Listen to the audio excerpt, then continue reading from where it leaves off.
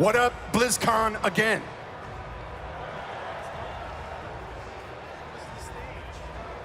I'm so glad the opening's done. I did. What did you guys think about the announcement? Seriously, we're putting together, that art's not up there, we're putting together one of the most kick-ass expansion sets in a very long time. It's just, it's mighty. So the guys asked me to come with today. They're gonna talk a lot about the systems of the game, what it's gonna be, and they asked me to set it up a little bit. So I'm gonna try and do this succinctly, because it's, as you might imagine, a little involved. Is that artwork ever gonna be up on the screen? It's on our screen. They can't see that. We have the most kick-ass piece of artwork right here. So if that doesn't give you a little bit of an indication, Alex Horley did that for us. He's a bad, bad man. They just look like a 70s classic rock group from hell. Deep Purple. What were we talking about?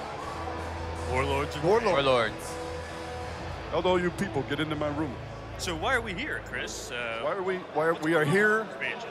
How did I want to serenade you from down here. Tommy.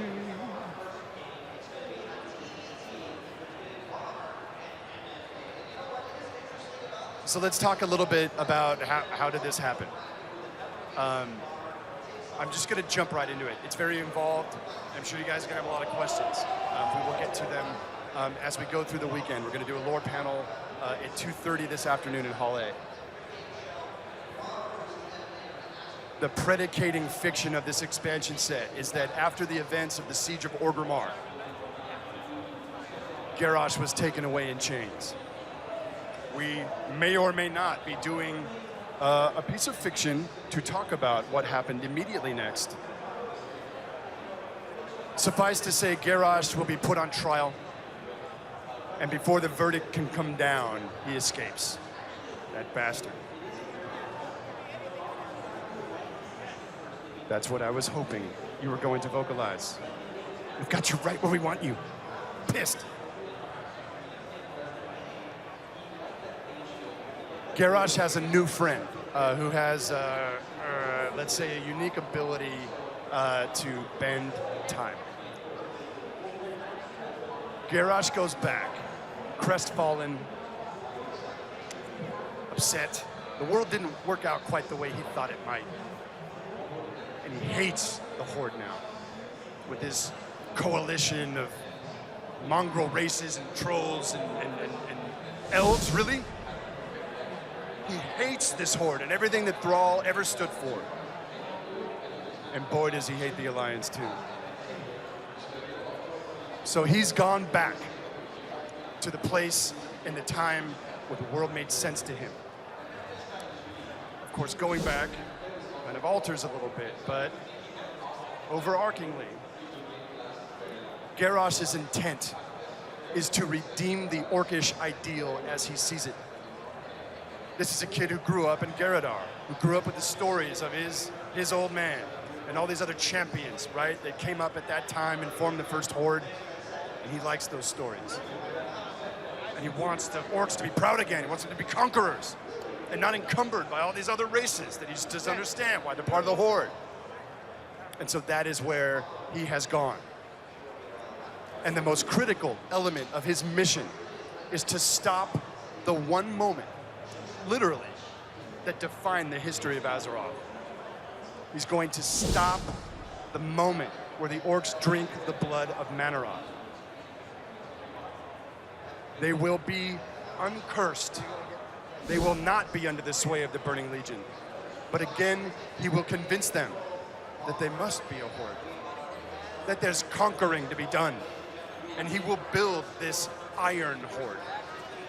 With all the chieftains of old, he will empower them with, don't panic, some of the technology and engineering that he loves from our present. Black iron machines, flamethrowers, I don't even know yet. Well, the guys know. Garrosh is going to build a very different kind of horde, but its mission is the same. Using his little friend that we talked about earlier that can manipulate time, Garrosh is going to have them build a dark portal. And he is going to lead this iron horde through it. But his little friend has been given the task, kinda, of aligning it to our time. So the adventure of Warlords, for the most part, takes place in what we call Old Draenor, a fully realized world, right? Steeped in all the lore that's come before. We built it to heighten and maximize your sense of what Outland was, but this is a contiguous continent. It's got oceans, it's got beautiful skies, it's got giants, it's got monsters. What kind of world forges a race like the orcs in the first place? It is a brutal place. And from the bones of this world, he would construct this army to enact his revenge on us. Having said all that, I'm sure many of you are thinking like, oh, God, don't tell us. Another orc, really? Tell us this orc is not the boss of the expansion series. We want to get ahead of it. He's not. Garrosh facilitates the storytelling. This was the natural flow. And while he will be heavily involved in the storytelling, he's not the guy. There's a guy behind the guy. Those of you who are astute may conclude very quickly who the guy might be, but we're going to let that ride for a little while longer. I guess I'd also like to tease as the panel goes. The end boss of this whole giddy-up, as so far as we're thinking today, it won't just be an orc dude. Take that as you will. So, can you guys think of anything I haven't said that we should say? Or have I said too much? I think we're good. We can take it.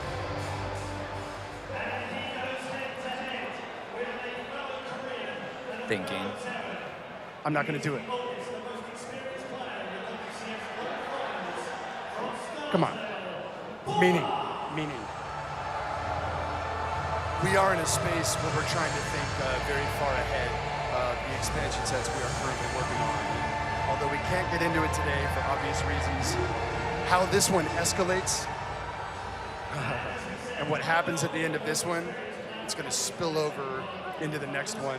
So as you guys call out names of characters you want to see, yeah, we want to see them too. So as usual, bear with us. I hope you guys are in for the long haul, because we are, and we've got expansion sets galore kind of lined up in the queue like bullets in a 6-shooter. So please be patient with us. We will get to it all.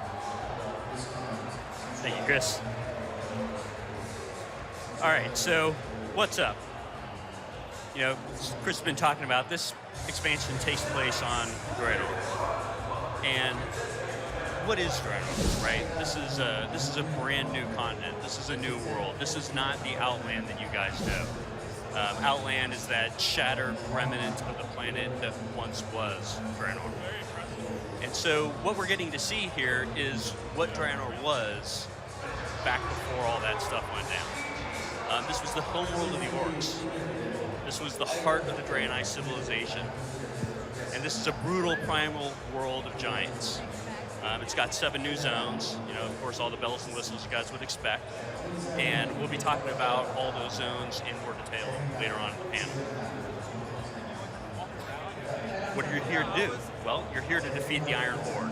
These guys have found a way, as a result of Kairos Dormu and his involvement, to connect this world of Draenor of 35 years in the past, and have that portal that gets built up connect to our time. And we have an imminent invasion. So Grommash has united the orc clans. He's brought them all back together, or at least most of them. You'll have a say in some of that. There are some clans that may not join. They plan to take their army through the Dark Portal and destroy Azeroth. This can't happen. You've got to stop it. So next up, we have a map. So this is what the continent of Draenor looks like.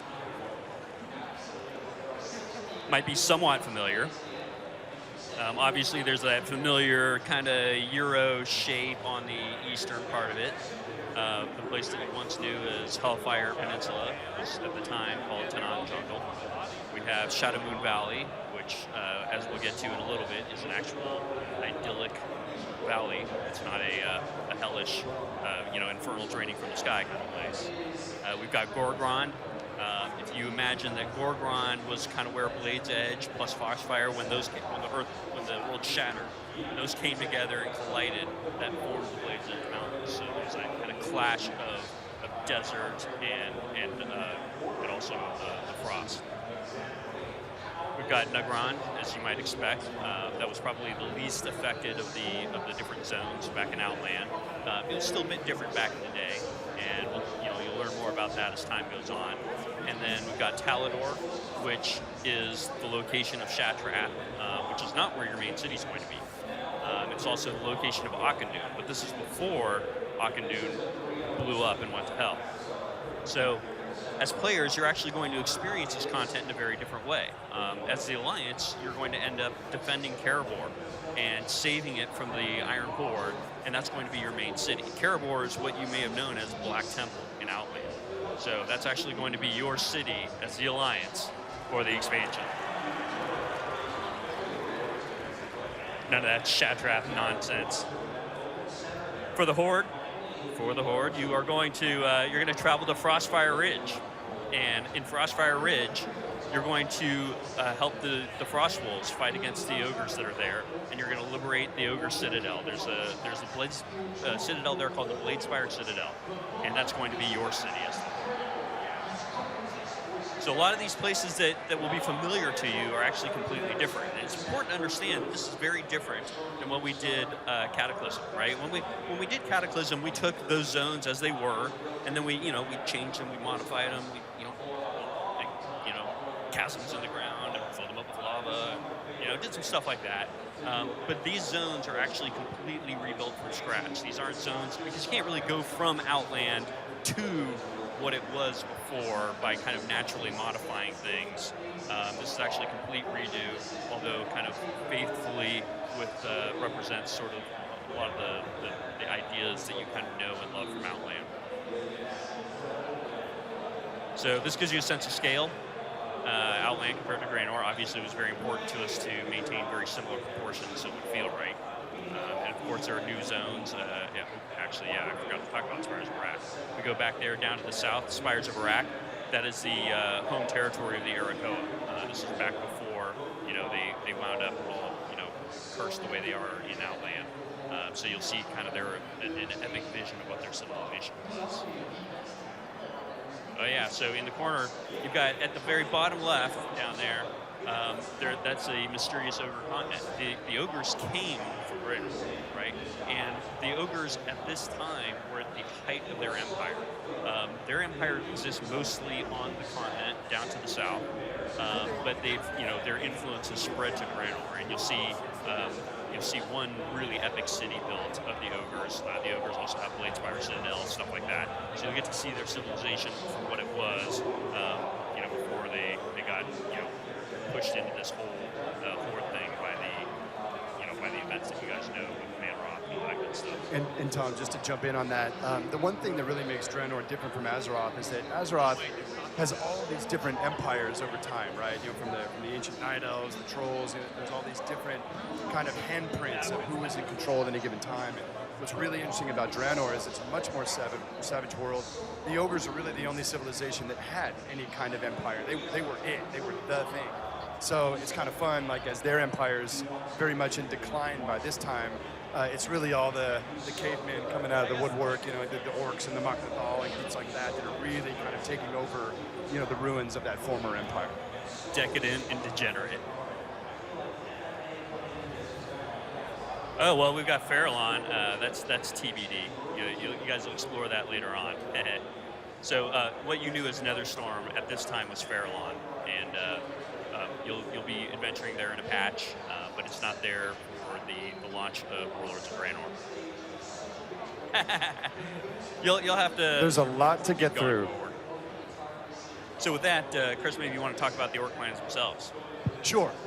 So I'll try and go through these really quick. So the Frostwolf clan is a very storied clan, is the clan from which Durotan, the chief, comes, and his boy to be born one day is Thrall. So one of the really fun things about this expansion set is to actually kind of go back in time.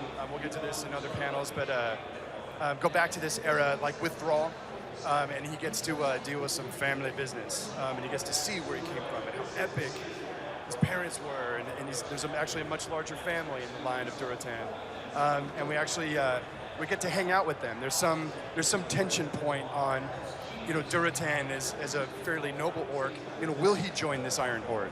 His worry about the Horde last time is that they're all turning green and growing spikes out of their eyeballs, and didn't think this demon thing was very good for business. So this time around, he's kind of on the line. So that's part of the fun of the adventure, through Frostfire Ridge that we'll have, is kind of interacting with the Frostwolves and seeing which way they will go. Shadow Moon, Ner'zhul. Some of you may remember this Yahoo is the orc that one day, well, at least in our continuity, becomes the first Lich King. So at this time, Ner'zhul and his Shadow Moon clan, the Shadow Moon are kind of more like scryers. They kind of read the stars. They're kind of the shaman to the shaman, if you will. Garrosh and the warlords have come to Ner'zhul and go, are you in or are you out?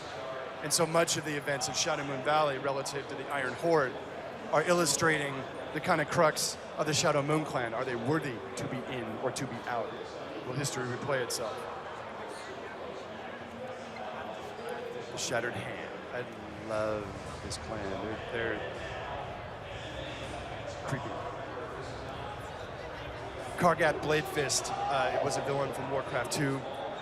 The idea behind the Shattered Hand is that they were not a natural clan. They were orcs from many different clans who were enslaved by the ogres and worked in the mines and just had a miserable existence. And Kargat, being one of the most clever and willful and just frankly big of these orcs in bondage, one day decides that he's had enough. And he strangles one of the ogres with his slave chain, and he uses his axe to cut off his own arm and sever the chain that bound him to slavery. And then he throws that bloody thing at the feet of all the orcs around him and goes, "Who's next?" And they go, "We're with you, man." And so the whole giddy up in this clan is to kind of fasten on to sever their own hand and fasten on some kind of piece of weaponry or something. And they're a very dark, very pain-minded clan. The Black Rocks are the backbone of the Iron Horde. In our timeline, Blackhand was the first war chief, and we depicted him as kind of maybe a little craven, like a bully, and he loved to lord over people. As we see him as a younger orc here, without the influence of... It's weird. It's a great problem for you guys. Without the influence of Gul'dan, we'll get to that later. Blackhand's kind of a more honest orc. And the Blackrock clan, we show they're smiths. As Garrosh comes from the future with these kind of, for all intents and purposes, blueprints for kind of crazy tanks and war machines, it's the Blackrock clan that will stand up and really create their giant, smoke-pumping foundries and build this war machine for these warlords. Their land of Gorgrond, the current area it's trying to think of the Outland equivalent. It's kind of in the middle. It's kind of a little bit of like where Blade's Edge begins to happen.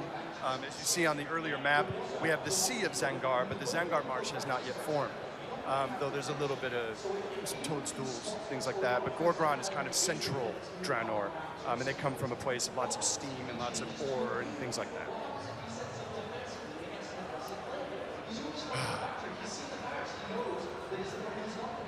Gromash. There's a funny thing about those Hellscream boys is even when they don't have demon piss in their veins, there's still a lot of fun at parties. Grom's got some, he's got some anger issues. There's a story there. And as you might assume, there's a really interesting interplay with Garrosh, who's come back to kind of redeem his heroes. And obviously Gromash will play a major role in the story to come. And the whole tension point with Grom is what? Could it happen all over again? Will his anger get the best of him, or will he be a great leader? I wouldn't bank on it. Gromash and the Warsong clan are much like Mongols. Wolf riding badasses. They're like cavalry, right? They roll through the plains of Nagron, rocking the ogres and anyone else that gets in their way. So it's really fun to leverage them into kind of an earlier, more idyllic look at Nagron. A little less of the floating Bean Brothers, land masses in the sky, but it's very much that idyllic land you guys remember from Outland.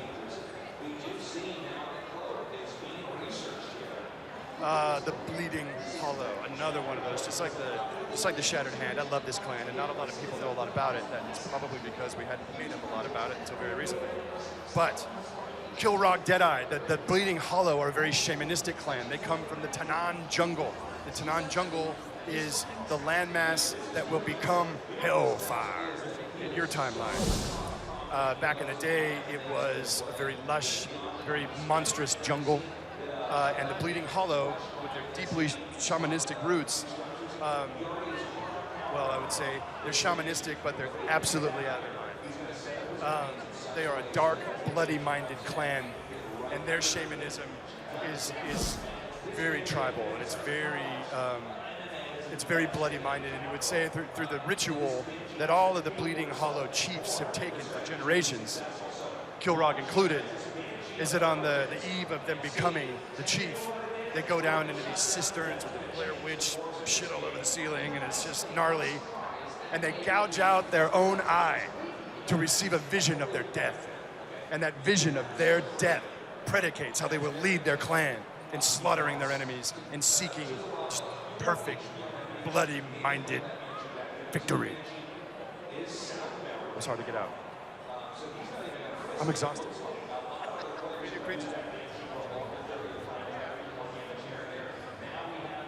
Yeah, we're good. All right, so next we're going to talk about some of the creatures and the zones you're actually going to see in Draenor. So this is a list of just some of the races and the creatures that you're going to come across here. As Chris and Tom were talking about earlier, one of the cool things about Draenor is there's not a lot of civilized, established races here, so it gives us a chance to do just a different set of things, these giant, brutal creatures that you're going to run into. We've got some concept art here, a few of these. A lot of you might remember Gron from Burning Crusade. The Gron here are a completely different breed. You can see here they've been subjugated by the Iron Horde and being used as part of the army. This is another really, really awesome, unique-looking creature. This is called a Genosaur. Now, you can't really get the scale here from this picture, but this creature is something along the lines of the Magnetar from Northrend. It's kind of at that scope, so imagine this thing lumbering across the plain towards you.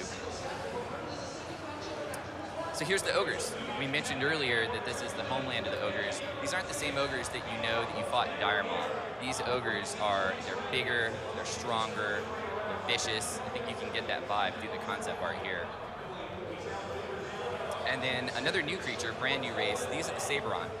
The Saberon are a race that you're going to find all across Draenor. It's not something that's just located in one zone. You're definitely going to be fighting with them a lot throughout the expansion. Here's a dragonfly. So to get kind of a sense of the scope on this, you can't tell it here either, but we're planning on making this a mount. So when you think about Draenor, it's like things like this. They're these creatures that you might be used to, but we're showing them in a whole different way here, just because this land is such a different place than anything you've been to before. Speaking of flying creatures, this is the Chimera. So what's neat about this Chimera is, on top of the fact that it flies, it's also got a full set of combat animations. We're going to be able to fight this guy as a boss, fight him in the world. It's another one of those creatures that you see it and it just looks savage right off the bat just from taking a look at it. And that's the feeling we wanted to get with Draenor. So, those are some of the creatures you're going to find there. But how do you get there?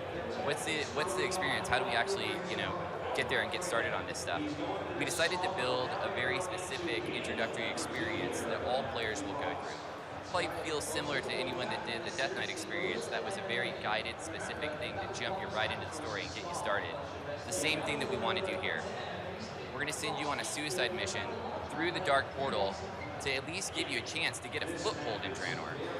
So we're going to have a launch event before the launch of Warlords that'll kind of set this up. The Dark Portal is going to turn red out in Blasted Lands, and people are going to start realizing something's up. We've got to deal with this. You are the one who's going to deal with this. We're going to send you through. You got to do something about the portal so you guys can even get there and get started. What's great about this is it puts you right in. You don't have to do a quest and read about it. We're going to let you play it, let you experience it as quick as we can.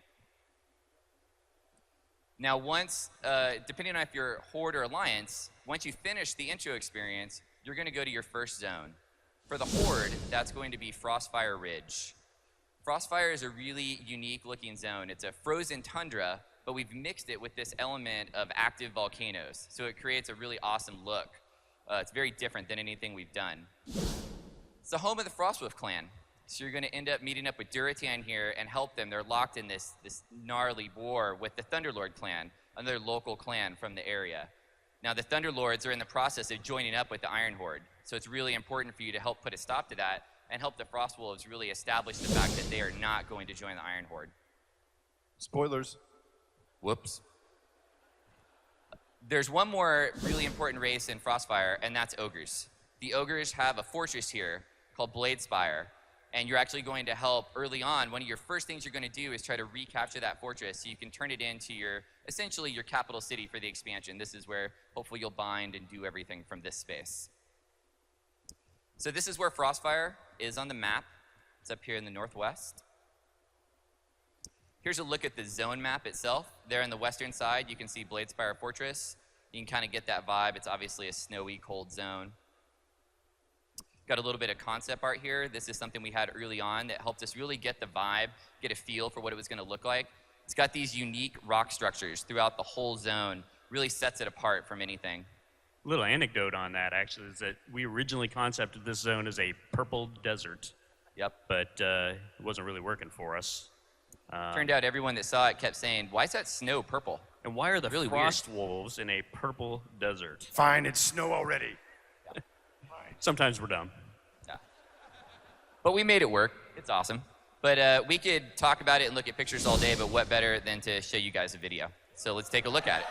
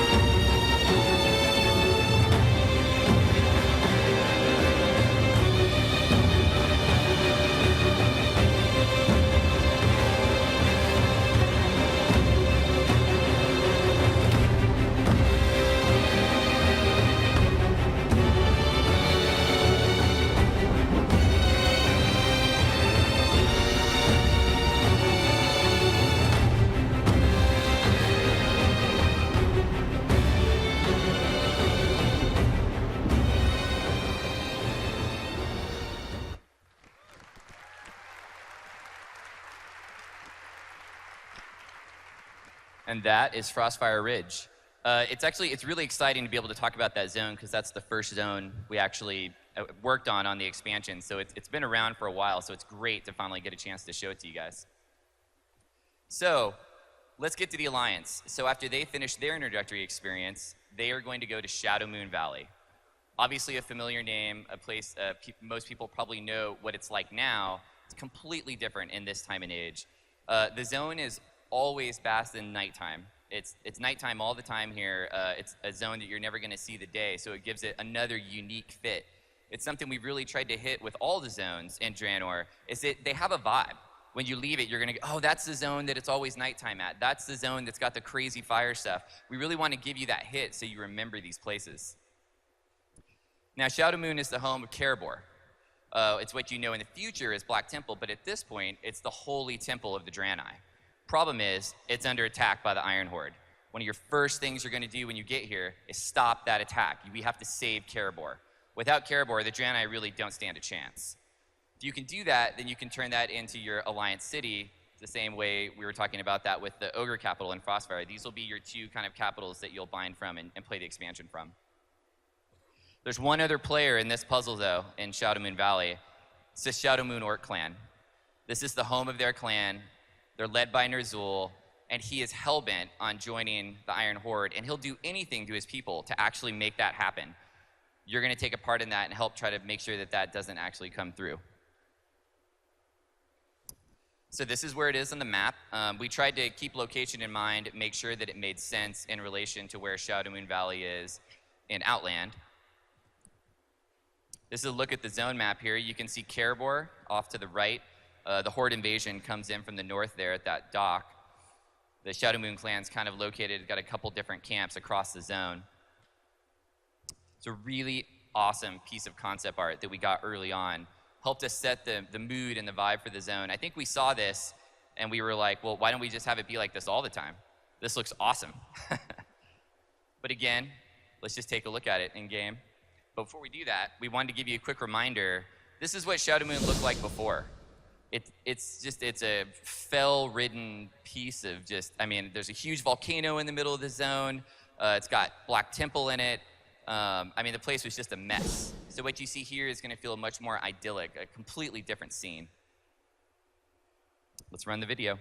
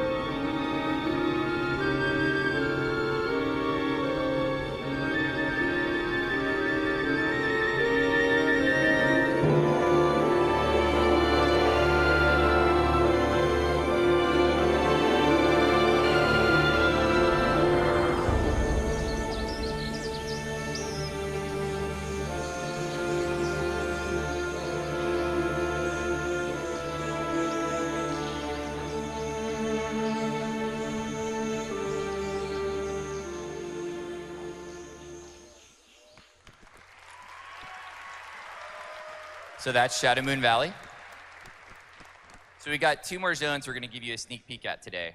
Next up would be Gorgrond.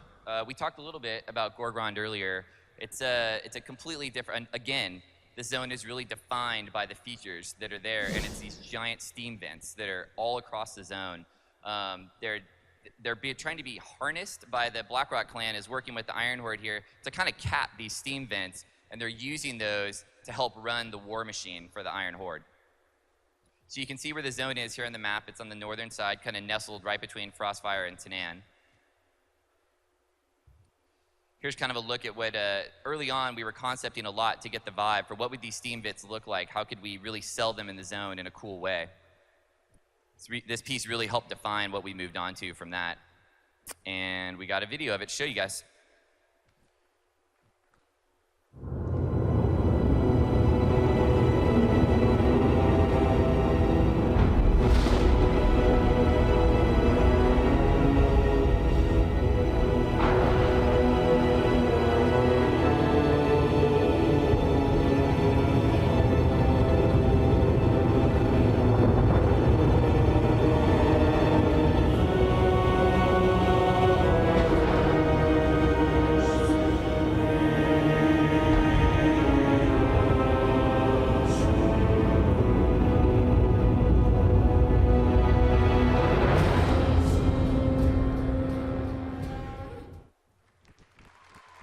So you kind of got a sneak peek there at the end of a little bit of the Blackrock Foundry. It's actually going to be one of the raids that you'll be playing in as part of Warlords, and we'll talk a little bit more about that later in this panel and a little bit more in our panel tomorrow as well.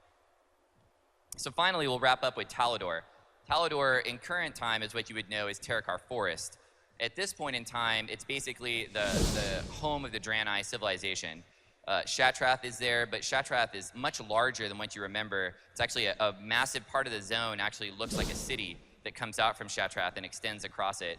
It's got a super, super unique look too, just because we were able to really push that Draenei look. We've always had Draenei buildings and structures, but you've never got to see what did they look like when they were at the height, when they were, they were doing everything that you would expect them to do, but you get to be a part of that and see it before everything kind of goes to hell. So Talador has some really unique, iconic places too. Places like Auchindoun. We know Auchindoun in current time, it's blown up. It's in the middle of the Bone Waste, right? But in this time, it's completely different. It's basically their holy temple. It's where when Draenei die, they want to go to Auchindoun. It's like Valhalla for Draenei. You're going to get to see it also because it's a dungeon in the expansion. Speaking of Shatrath, this is a piece of concept art of what it looks like on Draenor. What's really cool about this is you can see it's got the water there. That's the Zangar Sea coming up right against the edge. Zangar Marsh isn't fully there yet, so it's really cool to see this place, but just in a different time. And let's roll the video.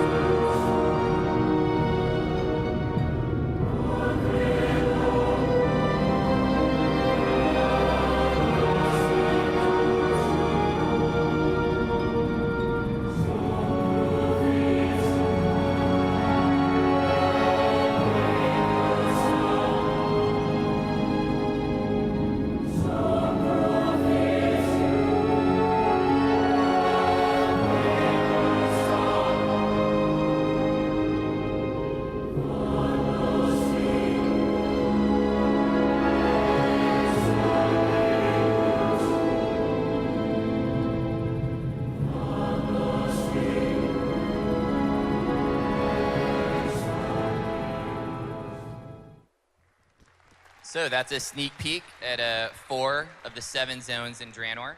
Hope you guys like that. It's stuff we've been working on for a while, so super rad to be able to show it off. So now let's maybe talk about a small requested feature.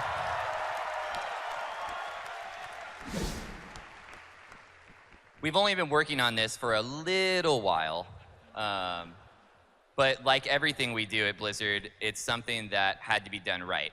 And to do this right, it was going to take time. But I think you guys are going to be super stoked to see what we've come up with. So we had a lot of guidelines when we went into this project. There were things we wanted to make sure happened. Number 1 was to keep the soul of the original characters.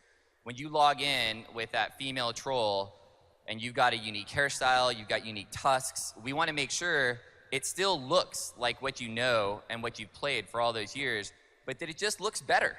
We don't want it to feel different. We just want it to increase the fidelity, have things look a lot more like in the current age. So the fidelity's been raised on all this stuff, from textures, polygons, effects, all the different things that you'll see on hairstyles and stuff like that. We've really gone to the nines on this stuff.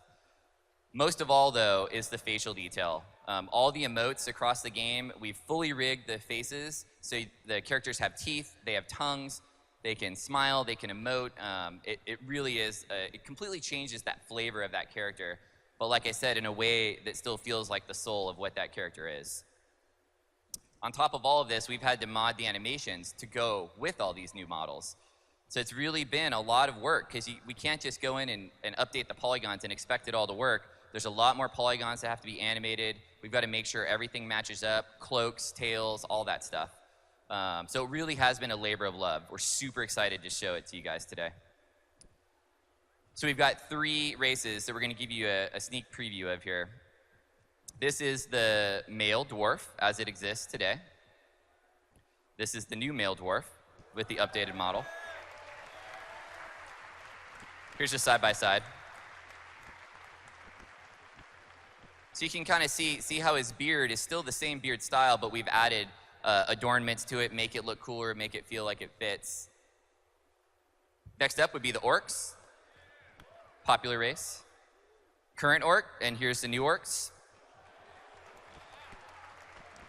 Here they are side by side. Again, same thing. He's got those lamb chops. They just look a lot better. And finally, come on now. Gotta rep the gnomes. So here's the existing gnome, and then here's the new model. I think this gnome very specifically shows what all that work has really paid off. The fact that this gnome looks so much better, but man, I'll be damned, it still looks like a gnome. So we've also got some video to show you guys of these guys in action.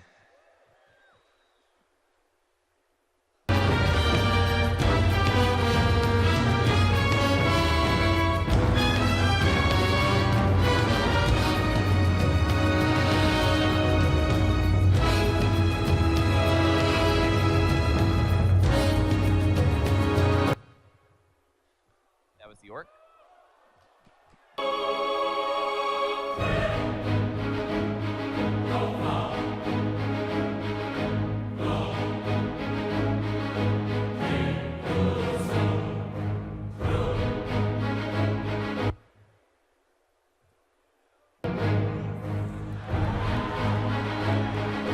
Come on.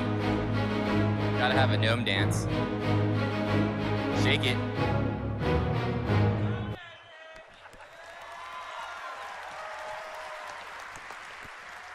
And So that for was everyone just a here, short- I really. That was just a short sneak preview of the character models. There's a World of Warcraft art panel where they are going to go into explicit detail on more races, how they did this stuff. If you're looking to get info on that, I highly recommend you go to that panel. Their panel is really, really awesome this year. This was just a sneak peek. So next up, Exactly. Tom's going to talk about some features. All right, so what do we have here? Obviously, you guys probably saw the feature list go by really fast in the introductory movie, and you're going, what is that? What are they doing? And there was maybe something in there that you noticed that might strike a little bit of interest.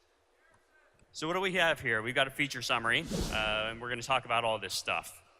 So I'll just get right into it. Garrisons. What the hell are those? All right, so what is a garrison? Garrison is the ability for you to build your own base on Draenor. So, that's right. This is the World of Warcraft version of housing. Woo! This isn't a cottage in a faraway instance corner that doesn't actually exist in the world. This is your ability to actually build a base, almost as you do in the RTS games, in the actual world that you will be able to see as you fly through the zones. You'll be able to see it as you go by it. You'll be able to invite your friends to come and see it if they want to. We'll even give you reasons to trade resources, stuff like that. But this is a full-on base. You're going to collect followers. You're going to send them on missions to do your dirty work. And you'll be able to customize your base. So you're going to be able to decide, where do you want to put your armory? Where do you want to put your barracks? Do I want to have a mage tower? Do I want to have an infirmary? Do I want to build the stables? Or, what profession buildings am I going to build? So you're going to have a lot of different plots, and you're going to be able to pick and choose. You're even going to be able to pick which zone you want your base to be in. So a bunch of the different zones out there. Right on. A lot of the zones throughout Draenor support the ability to build a garrison. So if you decide that you want your garrison to be in the hard zone of Gorgrond, then that's what you can decide. If you want it to be in the idyllic Shadowmoon Valley, then that's what you can decide. You get to pick. And finally, you'll even get offline progression. So while you send your followers off on missions, let's say you assemble a group of 10 followers and send them off on a raid, well, that might take a week. And you might come back a week later and see what they got for you. Or you might send some guys off on a dungeon and see what they got for you the next day. Or you might send some guys off on some quests and see what they got for you in a couple of hours. And again, this is integrated directly into the world. This isn't, we use our seamless instancing technology so that, while it is customized to what you have built, you see it from anywhere in the world, and you seamlessly enter it and exit it. There's never any loading screen, nothing like that. It's just out there in the world. And so what do you get for it? Why would I want a garrison? Why would I want to have followers? Well, for one thing, you can get gear for your character. That's kind of your core progression in World of Warcraft, is making your character better, and these guys can contribute to it. In addition, you get a piece of land to call your own. Think of this as like the farm times 1,000. You get unique benefits from the buildings in terms of what they do for your followers and the missions that they run. You get limited access to professions you don't even have. So, for example, maybe you only have skinning and engineering on your character. Who would have that wacky combo? But let's say you wanted blacksmithing and something else. And you wanted blacksmithing and access to something in mining. You can do that. In fact, your base, you can even build a mine in your base, and that'll give you access to special mining nodes. You'll get some extra mining nodes that you can go in there and mine every now and then. You can even assign an NPC that has a follower that has the mining skill to that mine, and they can do some of your dirty work for you. So Corey's going to talk a little bit more about exactly how the garrisons work. So your garrison grows. When you start, it's going to be really small, and you're going to be able to expand it over a number of tiers. And every time you expand it, you're going to get more plots where you can build buildings Tom was talking about earlier, so you can get more bonuses as you grow this stuff. You get to pick which buildings you want. So like we said, you could build an armory over here, put a stable over there. Each of these buildings, though, offers bonuses that are completely different. So there's going to be some choice about what you want to do with that building and which one you think is most important to you. You get to choose the location. This is a key thing that we thought was really huge with the garrison, because Greg could choose to have his garrison maybe in Frostfire. I could maybe have mine in Spires of Iraq. So it's really neat that we don't have to all share the exact same space for our garrison, and you'll be able to move it. So maybe at a later point, you've had this garrison in this zone for a few months, you can up and decide to move it to a different place just because you think that's cooler. Your garrison is the point of interaction, though, with all of these followers that you'll be collecting. So you'll be going to the garrison to manage your followers, send them on missions, to do that stuff. So it's really an active place. We're going to really set it up so it feels like if you found a follower, you're going to see that follower walking around in the garrison. You gave him a name, you'll see that name when he's walking around in there. We really want it to feel like it's your place. Going along with that is the concept of monuments and trophies. What this is a way to show off. If you've got this big piece of land here in Draenor, we should let you do some stuff with it. So we're thinking the idea behind this would be monuments could be tied to achievements. So let's say you got the achievement for exploring the entire world. You went into every single zone there is. We could give you a monument, per se, that's like maybe like a big globe or something that looks really cool in your garrison that you can show off to other players. Same concept with trophies. Maybe you kill a rare mob out in Draenor somewhere. You kill a chimera or something, and you get to bring back its head and mount it in the town hall in your garrison.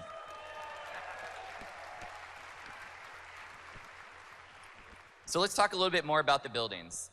The buildings, as we mentioned earlier, there's lots of different buildings to pick from. They come in different sizes, and they all offer different unique bonuses. Those bonuses can affect lots of different things in the game. They can give you things in your garrison specifically. They could also do things to your character outside the garrison. Maybe you get a buff when you're not there. And they also do things that make your followers better at the missions they're running. Like an example would maybe be like an infirmary. You can buy an infirmary, and it makes it so that the recovery time when your followers get back from a mission is shortened. If that's something you want, you can buy that, and you can upgrade it over time. So when you buy that infirmary, it'll start out really small, maybe like a little tent, and over time you can have this choice to upgrade it and increase the bonus as it gets bigger. Now, right now we're talking about doing 3 upgrades on the buildings. When you hit that 3rd upgrade, we wanted to really do something special for it. Let it feel like it's customized to you. And that's what specializations are. A specialization will probably feel similar to your talent tree. So imagine a building and it's got a couple different options on it. When it hits level 3, you can choose one specific option for every building. And those vary as well. Those can be things that maybe the infirmary gives you the option to resurrect out in the world like once per day. Someone from your infirmary shows up and reses you. Or maybe it's something specifically for your followers so they can be stronger on a mission. It's just another way that you can customize this place and make it feel like your own. Speaking of making it feel like your own, you got to be able to pick where this stuff goes. So maybe you want to put your mage tower up on the hill in your garrison. Maybe you want to put your mage tower up near the front gate because you think that looks cooler. We're going to let you do that. You're going to get to pick where you want to put the buildings. This variety is really what gives us that customization we're looking for. Here's a look at one of the buildings. This is the inn. This inn in this shot is rank 2. The bonus that the inn is going to give you is the opportunity to find new followers. So the inn has a bar, Lots of people stop by the bar. I hear there's a few at BlizzCon here today also. So you can go to buy this building, and you'll get a chance to find a new unique follower every day. This building also comes with a kitchen. That kitchen has a cooking NPC in it. Like Tom mentioned, there's some access to different profession stuff that you can get through the buildings. And of course, it has specializations. The specializations on this building give you the chance to kind of hone in on what kind of follower you're looking for. Maybe you need a tank specifically for some of the missions you're running. You can pick that here, and the next day, you'll have a better chance of finding that type of follower. So here's a look at how the buildings upgrade. This is a huge undertaking. There's a massive amount of art that goes along with all the gameplay that's built into this system. Each building has unique art like this that upgrades over time with it, both the interiors and the exteriors. Speaking of interiors, that's a look at the barracks from the outside, and this is the inside, so you can just kind of get a feel for the level of detail we have in this stuff. Now, this is a look at a work in progress UI of how we would see people interacting with the garrison. So on the left there, you can see your buildings. So you can pick a building and just drag it over to a slot. The plots themselves come in 3 sizes, so you just match up the building with that size, pay the currency cost that it'll be to build it, and off you go. Anyone that's seen the pet stuff is pretty similar. This is a video showing the garrison upgrading.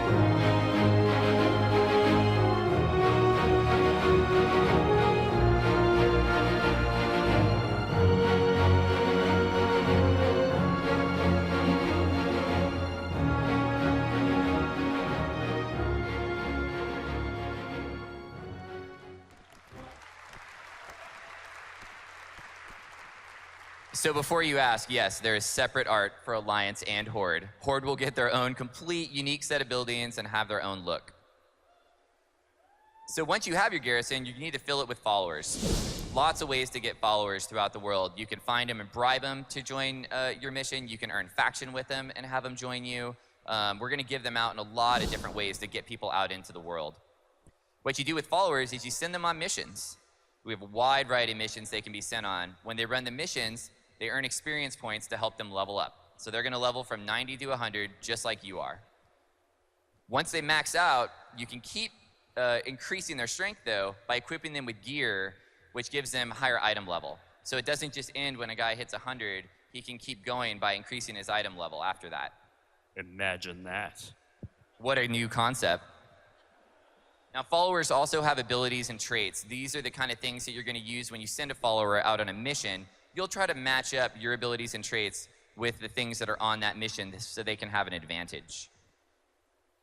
And of course, they also come with quality. So anyone that's used to the pet system kind of understands that concept where you can find a common, you can find a rare, you can find an epic.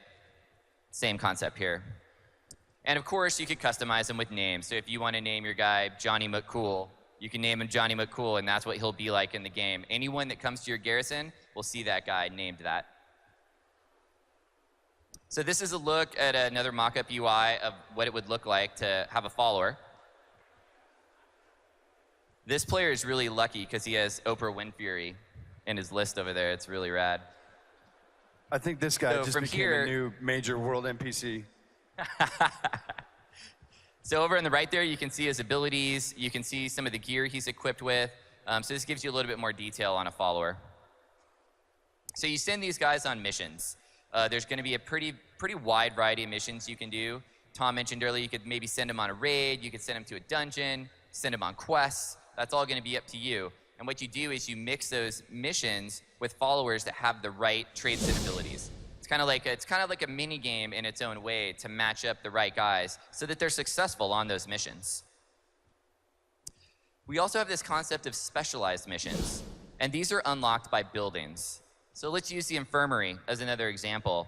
When you buy and place an infirmary, that then gives you the option to run rescue missions. And rescue missions are very unique. Only people with infirmaries can run them, and they'll have different bonuses from other missions. So another way that the buildings that you choose help customize what your garrison is like. Here's a look at the mission screen.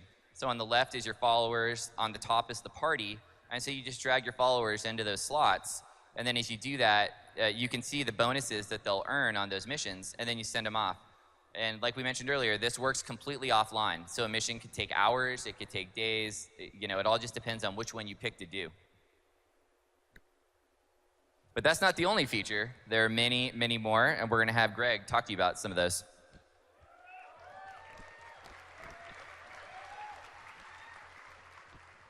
All right, BlizzCon, you still with us? I know it's a lot of information. We've got a lot more to go. It'll take about 2.5 more hours, and we'll be good. Boost to 90. Look at this orc. He's so happy. What are we talking about, boost to 90? So you'll hear us say this a lot this weekend. WoW is a game that is better with friends, such as all of you. So tell me, do you know this story? You get a friend, someone who hasn't played WoW with you, or maybe they took a break and they want to come back, and you're like, awesome, we really need a healer. Just play for the next 4 or 5 weeks, get some gear, and then you can finally raid with us. And the dude's like, okay, I'm in. It is awesome that all of you, I'm assuming everyone in this room has a max level character, and a lot of you probably have many max level characters. But we want to make sure all your friends do too. We want to make sure as soon as Warlords of Draenor comes out, all of you can get in and jump right into the action without having to go back to Burning Crusade or Lich King and play catch up for weeks and weeks. So, when you purchase Warlords of Draenor, you get to boost one of your characters to level 90. For some of you, this may be a character that never quite made it. For a lot of you, this is going to be, you just got a brand new level 90 alt. If you've ever experienced what we do with Scroll of Resurrection, we want this transition to be really clean. We don't want you to have a lot of, Fell Iron or some quest in Grizzly Hills that's half completed. So we'll clean up your bags, we'll clean up your quest log and your action bar. We're not going to take anything away from you. It'll all be there. We just want to make the experience really seamless. You can jump right in and start having fun in the Return to the Dark Portal adventure.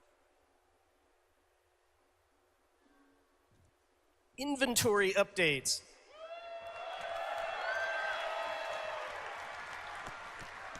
So we've introduced this concept you guys are familiar with of collections. Currently we have pets and mounts that are collected. What this means is you earn it once and it's account-wide and you can use it on any of your characters across realm and things like that. So what are we going to add to pets and mounts? We're going to add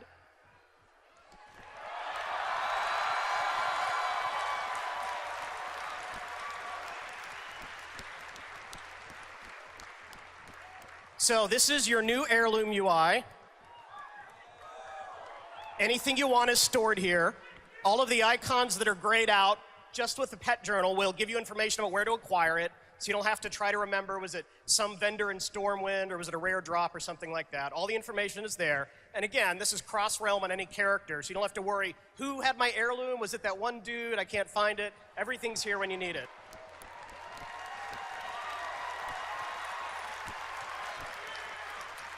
We know, it's time. You've earned it. It's really account-wide. And then this is the toy box. It works similarly.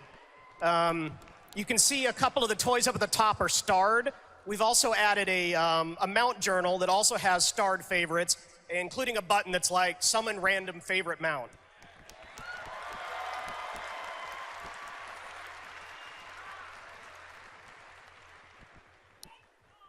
Your bags are still a mess, even with all the heirlooms and toys taken out of them. So what can we do about that? We don't think big bags is the answer. It takes forever to find stuff in it as it is. Instead, we're just trying to organize it a little better. These are a lot of requests we've gotten over the years, and we're finally able to deliver on some of it. So there's a lot of information on this screen. The first thing is you can assign each bag a particular type of inventory. So you can say, I only want consumables to fill up this bag to help you find your stuff better. Secondly, you'll see the white icons indicate new items that have gone into your bag since you last opened them, so you can find that new stuff pretty easily. And then we also highlight the different quality of the items. You can see some of the rare and epic items have their appropriate blue or purple outlines around them. And then finally, the bag that has all the gold icons shows you quickly at a glance that that's vendor trash that you can safely get rid of.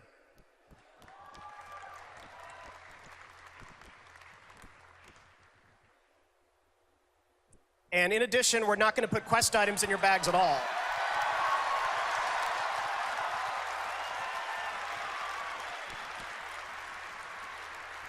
We'll just store these items right on the Quest UI so you can see them. If there's a clickable item, it'll be there. And again, hopefully, we may give you bags that are slightly larger, but overall, it should be a much better experience, and you'll spend more time killing orcs and less time organizing stuff.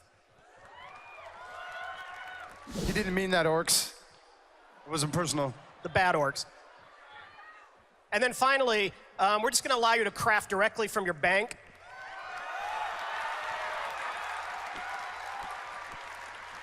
So if you have resources there, you can just access them right away without so much mailing. We're also going to increase the stack size in a lot of these things up to 100, so you'll get a little bit more of your bag space back.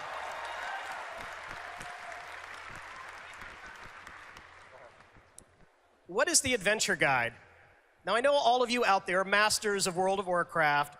You never have any questions about where to go or what to do next. But we know that's not true of everyone out there. So the adventure guide is really designed, particularly when a new patch comes out with new content, and you're like, am I supposed to finish doing the current stuff, or am I supposed to jump right away? Blizzard, tell me what to do. So the adventure guide is a path to gear upgrades. It shows you the new content that's out and what might be appropriate to you. And most importantly, it's customized for your character individually. So this happy little gnome here, we've identified, plays a lot of PvP. So if you can imagine, when the Siege of Orgrimmar patch came out, we would tell them, hey, Deepwind Gorge is out, that's something you want to try. And we noticed that you're rank 7 in the Brawlers Guild, so maybe you want to go to rank 8. Along the bottom, we also show you, based on your current gear, the kind of raid content that we think you're ready for. And then this is a more PvE-focused player. One of the things to point out is that we mentioned the Sky Golem specifically because we know you're an engineer. So we can customize all of this for your character. If you haven't played a dude in a while and you come back in, you can kind of figure out what you're supposed to do next.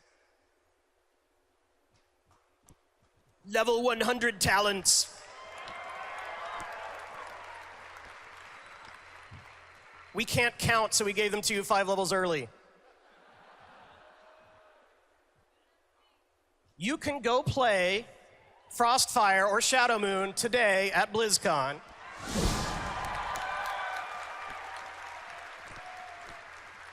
I doubt you'll reach level 100 in 15 minutes, but I know you guys are pros. You'll still be able to open up your talent tree and see these new talents. These are fairly early designs, but they're not just standard. We're taking them seriously, so feedback is appreciated. One thing to note is we're going to start splitting out the tooltips of talents a little more by spec. Particularly classes like Druid and Priest have these pretty wordy tooltips that say, if you're Shadow, it really does this. If you're Holy, it really does this. So I'm just adding that as a caveat because some of the tooltips you'll see at BlizzCon are quite long. You're welcome. All right, Ian will now talk to you about our incredible Dungeons and Raids. All right, well, it wouldn't be a new expansion without some new Dungeon and Raid content, so of course we've got some of that. We're really happy with the overall amount of multiplayer group content that was in Mists of Pandaria. Though we've heard you guys, we could probably have used some more patch dungeons, something we're still thinking about looking to do. Hear you on that one. Well, let's jump right into this. So dungeons. We're going to have 7 new dungeons available at launch in Warlords of Draenor. 4 of these will be available as you level up, 3 exclusively at max level. And you may see that last bullet point there.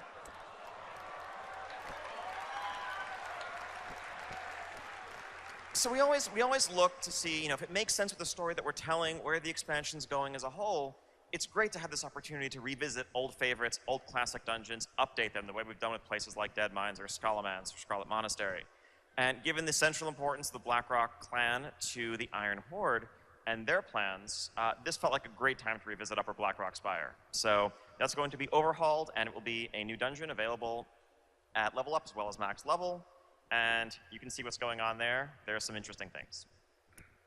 We're going to have normal, heroic, and challenge difficulties of all these dungeons. One slight difference between this and Mists of Pandaria is that we will have normal versions of the max level dungeons to really flesh out a full tier of itemization and progression to help you get ready for some maybe more challenging heroic dungeons. So between these max level normal dungeons and scenarios, you can be prepared. And we're happy with how challenge modes have worked out in Myst, so we're continuing to do them to provide some really challenging multiplayer group content for people who want to push themselves in dungeons. So, one dungeon, let's take a close look at this. The Bloodmaw Slag Mines. It's located in Frostfire Ridge, and the Bloodmaw Ogres are just running this brutal mining operation inside pretty much an active volcano. It's a 4-boss dungeon with a non-linear layout, so you can kind of work your way through as you choose, though the final boss will be the final boss regardless. What's going on here is ogres that are, putting Frostwolf orcs, putting Draenei hard to work in this volcano, and as you go through, depending on your faction, you will liberate them, kind of stage a revolt, raise allies on your side, and take down the cruel master of the mines. Now, this dungeon is completely playable on the floor of Blizzcon today. So if you are here with a few friends, guildmates, you can line up as a group of 5 and jump right in. If not, maybe you can spam the equivalent of a trade chat as you're waiting in line, try to find a group to put together.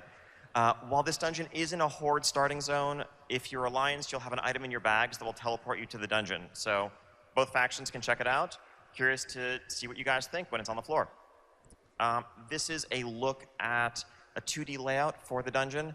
Here you see some of the non-linearity. Basically, there's a ring that you can work your way around. One boss on the left side, one boss on the right side, one patroller that makes his way through the mines as a whole. Once all 3 have been defeated, you can access the boss in the back. And we have a video for you guys. We'll walk through the mines.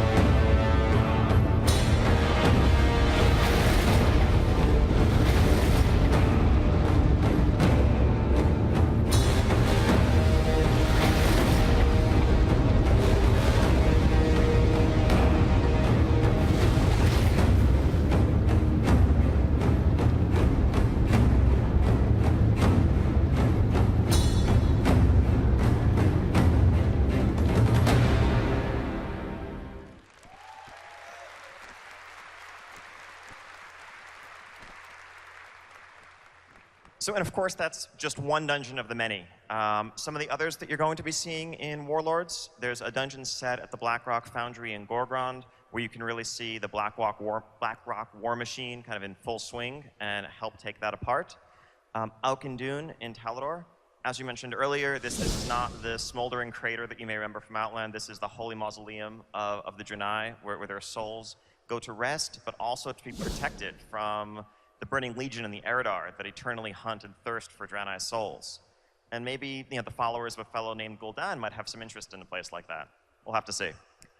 The Arakoa Spires, looking down upon the land and the spires of Iraq. These are not the hunched, twisted Arakoa that were cursed in Outland. This is the majestic winged race that has a high civilization, and you will be seeing what they're up to there.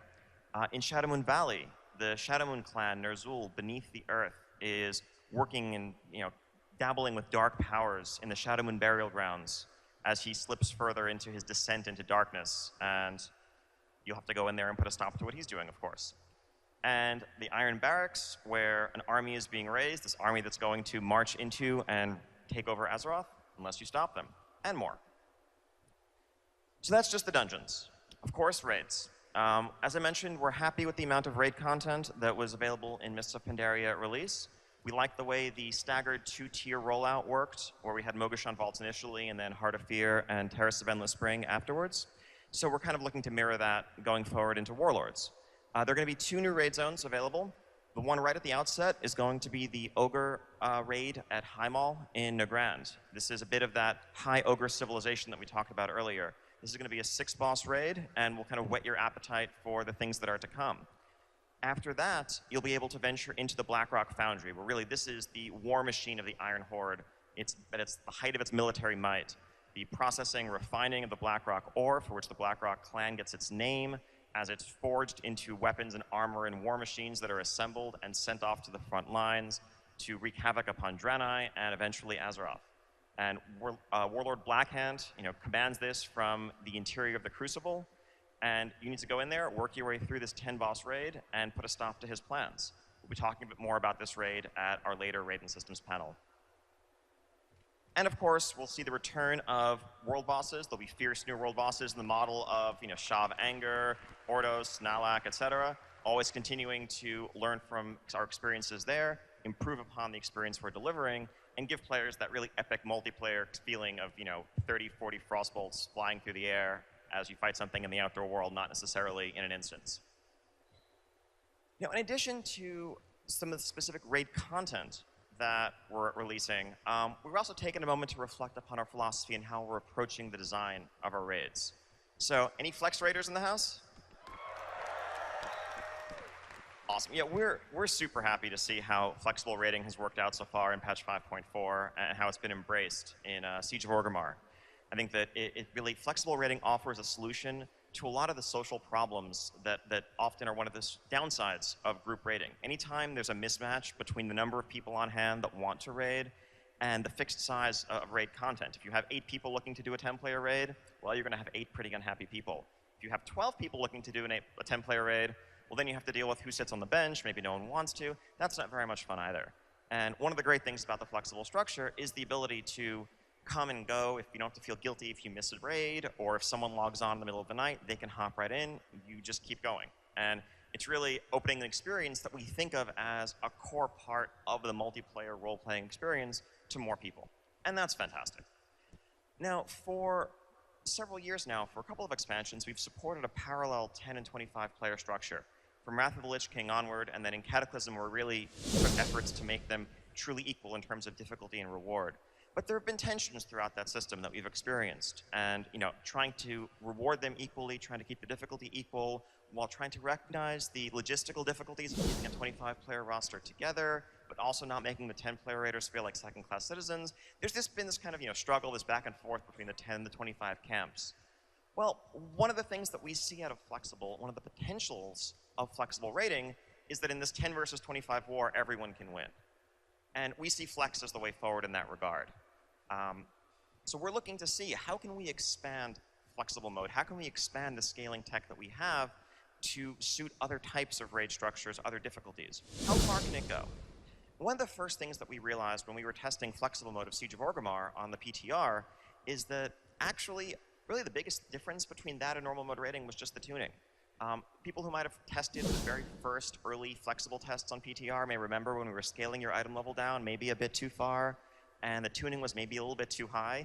It actually felt pretty much just like a normal mode raid, except you had 21 or 19 or 14 people, and that was the core difference. So obviously that wasn't our tuning target for 5.4 Siege of Orgrimmar flexible mode, but it was this great proof of concept for where we could go in the future.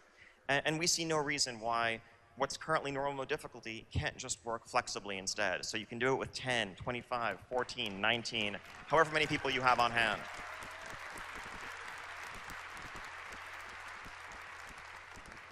And so that leads us to continue to think, well, is there anything else the Flex can do for us? what about Raid Finder?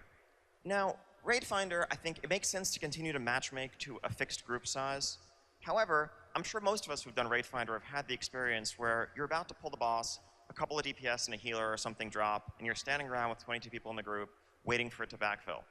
Wouldn't it be nice if the boss could just scale down smoothly in difficulty so you could just go ahead and pull instead of waiting?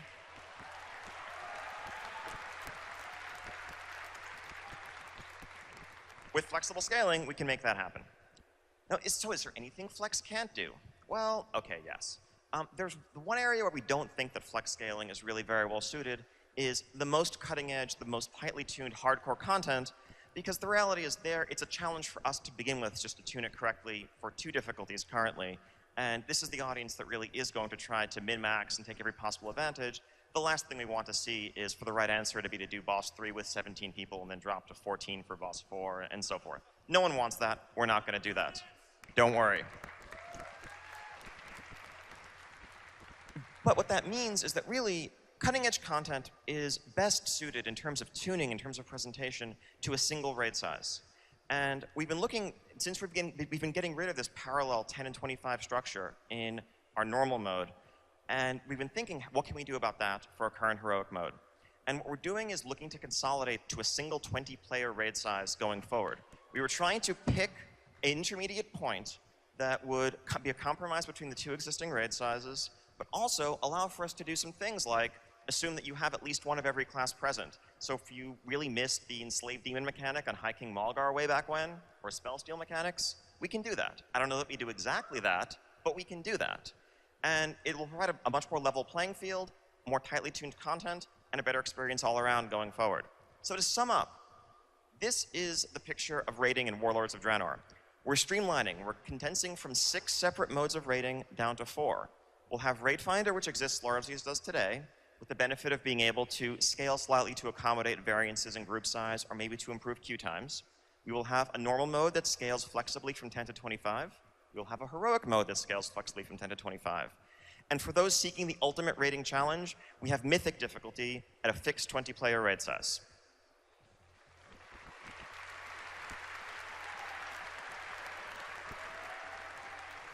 So we'll be talking a bit more about raiding and some of the philosophy that went into those changes and our systems going forward at our Raid Systems Quests gameplay panel tomorrow. But in the meantime, let me hand this off to Tom, who's going to talk some more about PvP changes. All right. So do we have any PvPers out here? Okay. I think that was at least 4. All right, so what are we doing with PvP? Here's kind of a summary of the different things that we're tackling. We're going to create a world PvP zone, and I'll talk about that first. That's probably the most meaningful, really new type of thing that we're doing compared to what we've done in the past. We're also making some UI improvements. We're going to make some changes to the way that we do Battleground rewards, and we're also going to introduce a concept that we're calling Trial of the Gladiator. So to start with, what is this world PvP zone you speak of? Well, we're creating a place. It's one of those islands that you guys referenced that was off the coast. It's off the eastern coast of Tanan Jungle. It's called Ashran. And it is a staging area near the Dark Portal that both the Horde and Alliance want to control. This has faction bases on it, and it has a variety of different hotspots. There are a lot of different points of interest the different factions are going to want to control.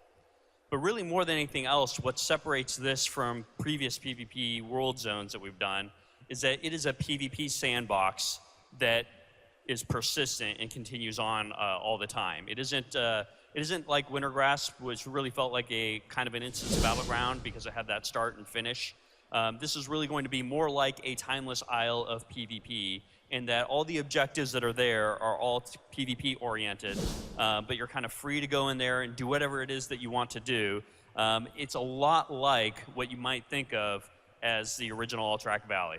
I don't know if there are many people here that played the original AV. But, you know, there was a day when, you know, you used to queue up for AV, maybe get in the battleground, let's say in the morning. You could leave the battleground sometime to go to work or go to school. And by the end of the day, you come back and you actually jump right back into the same battleground because these things lasted sometimes 24, 48 hours.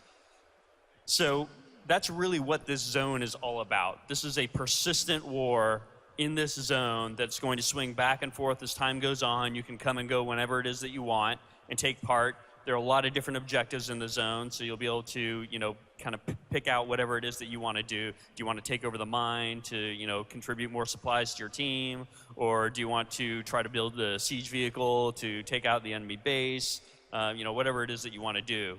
Maybe take over a tower, etc. And finally, this will use our cross-realm technology, right? Because obviously, I'm guessing maybe some of you play on a realm that doesn't have the best Horde versus Alliance faction population balance. So what we're going to be doing is we're going to be pairing up realms so that when you go into this zone, and you'll fly into this zone seamlessly, just like you do with cross-realm zones, you will be paired up with other realms that have the opposite problem that your realm has. So really what we're going to be able to do is to create a faction balance using the cross-realm tech that is at least far, far better than what it is on your home realm today. And you guys will, duke it out over that territory. And then if the faction balance changes for whatever reason, we can at any time pair up different realms. So there it is off the coast of Tanan Jungle. This island actually existed in some of the really old Warcraft maps, was sort of referred to as the Deathwing Island, mysteriously. And this is just a concept piece, it's just a mock-up to show kind of some of the environment and art assets that we're looking at using. There are a lot of different pieces that we're going to be assembling to create the Horde and Alliance bases, and there are going to be a ton of different points of interest around also. You're looking at a zone that's going to have constant, non-stop action going on. So for any of you PvPers that really want to just feel like you can go to a zone and hang out and have some kind of, entertaining killing of the other side without a whole lot of structure, this is the place to do it. You'll get to build and commandeer siege vehicles. Some of these are vehicles that you might build over the course of multiple days, right? You might gather some materials on one day and continue your progress on the next day, and then eventually build your machine of mighty destruction and have a rampage on your enemies for a while. You'll be able to reduce the enemy base to rubble, and the battle will rage on. Here are some of the siege vehicles that you'll get to use. You'll also be able to commandeer some of the Iron Horde siege vehicles that are around. The Iron Horde has had a presence here also, so you'll get a mix of different stuff. We have things like the Incinerator. We have the Blade Mortar that shoots this, giant net full of old weapons at your opponent, so it just kind of flays them with shrapnel. Good times. So next up, we have our UI improvements. We have a lot of different things that we're going to try to do to the UI to just make the PvP experience cleaner, a little easier to follow, all that kind of stuff. We have our objective tracker. We're going to do capture status so that you can actually see how much progress you're making toward capturing a point of interest. And we've got some little screenshots to show you what that looks like. So imagine you're looking at the Arathi Basin map, and right now, today, unless you have a mod like Deadly Boss mods, you really don't have the ability to see how much time there is left to capture a point of interest. So now you'll actually be able to see that right on the map. I'll zoom in a little bit, right? So you be able to see how close you are to capturing it. We'll also be able to reflect that in the actual world assets themselves, right? So today you see, when you capture the blacksmith, let's say, you see the Alliance flag go up. And then, it's gray until you finally capture it, and then it, turns blue. But now it'll actually fill in with its color as it's in the process of capturing. So even just as you're fighting out in the world, you'll have a better sense of how close you are to capturing that point of interest. We're also going to introduce the concept of a battleground score. So the battleground score is something that we're going to be able to do to give players a clearer sense of how they're doing in the battleground. Here's a little screenshot of what the scoreboard's going to look like in 6.0. And the default sorting, you'll notice, is by score. Today, the default sorting is by killing blows. A lot of people resort their battleground scoreboard by, damage done, or if you're a healer, by healing, stuff like that. But it's really hard to, get a sense of exactly how you're doing versus other people. and that feels like not really the best way to sort. So we've heard a lot of feedback over the years that players really want to get a better sense of how well they're doing in a battleground. And this score will factor in everything that you're doing. It's really, a lot of it is based around the objectives that you're completing. And then, of course, your damage and healing factor in as well. So your deaths, your kills, all that kind of good stuff. This way, you really have an ability to look at it and see, okay, how am I doing? And potentially, it could play into the rewards at the end. It could also maybe help us identify AFKers better, too.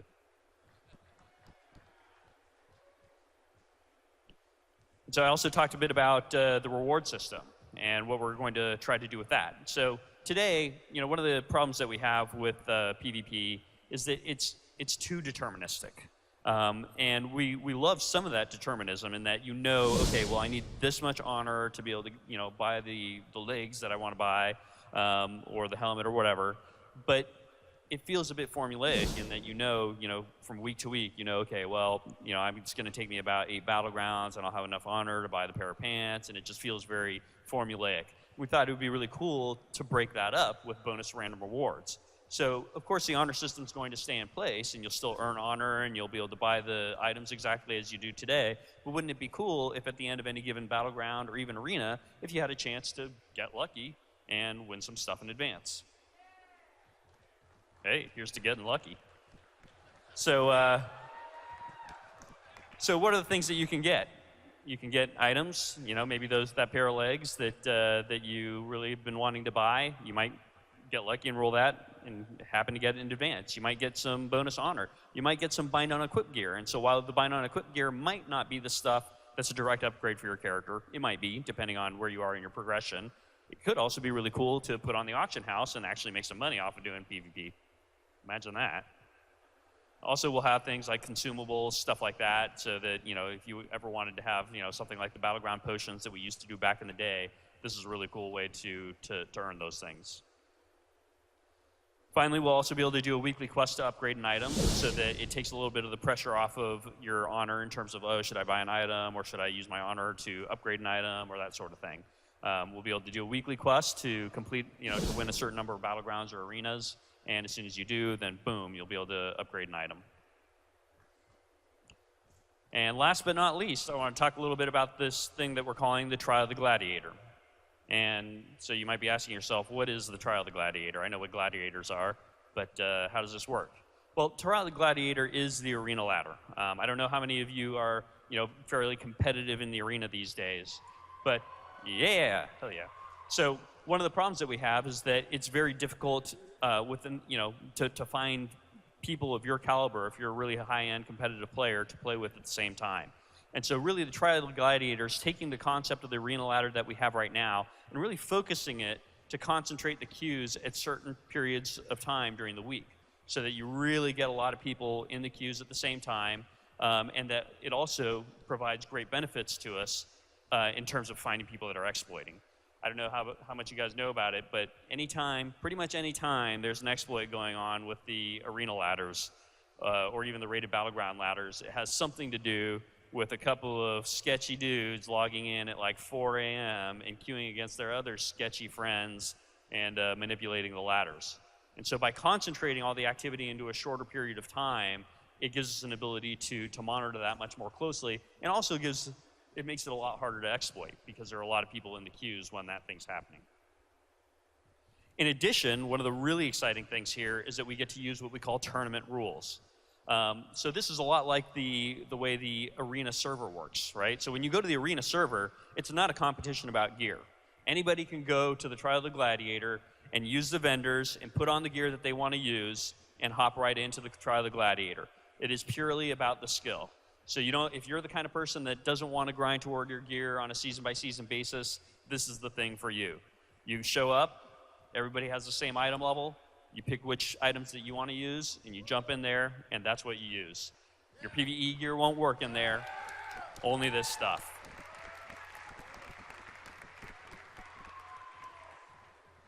And this, of course, will determine your prestige rewards. So if you ever wanted that gladiator title or mount, this is the place that you're going to do it. Your regular season kind of stuff that you do, is going to happen, and you'll be able to earn your honor and conquest and buy gear and all that kind of stuff that you can use to take into the world PvP zone. But really, the crux of how you're going to get the prestige stuff is through here. All right, so that pretty much wraps it up. I want to thank all you guys for coming out here, and unfortunately we don't have any time for Q&A, but fortunately we anticipated that, and we created an entire panel that is purely for Q&A. That'll be near the end of the day tomorrow. But what I do want to do is call out some of the other WoW panels that we're going to be having. We have the Adventure Continues panel to talk more about the lore of the Warlords of Draenor expansion today at 2:30. We have the art panel. You do not want to miss the art panel. It is fucking amazing. Yeah, it looks really good.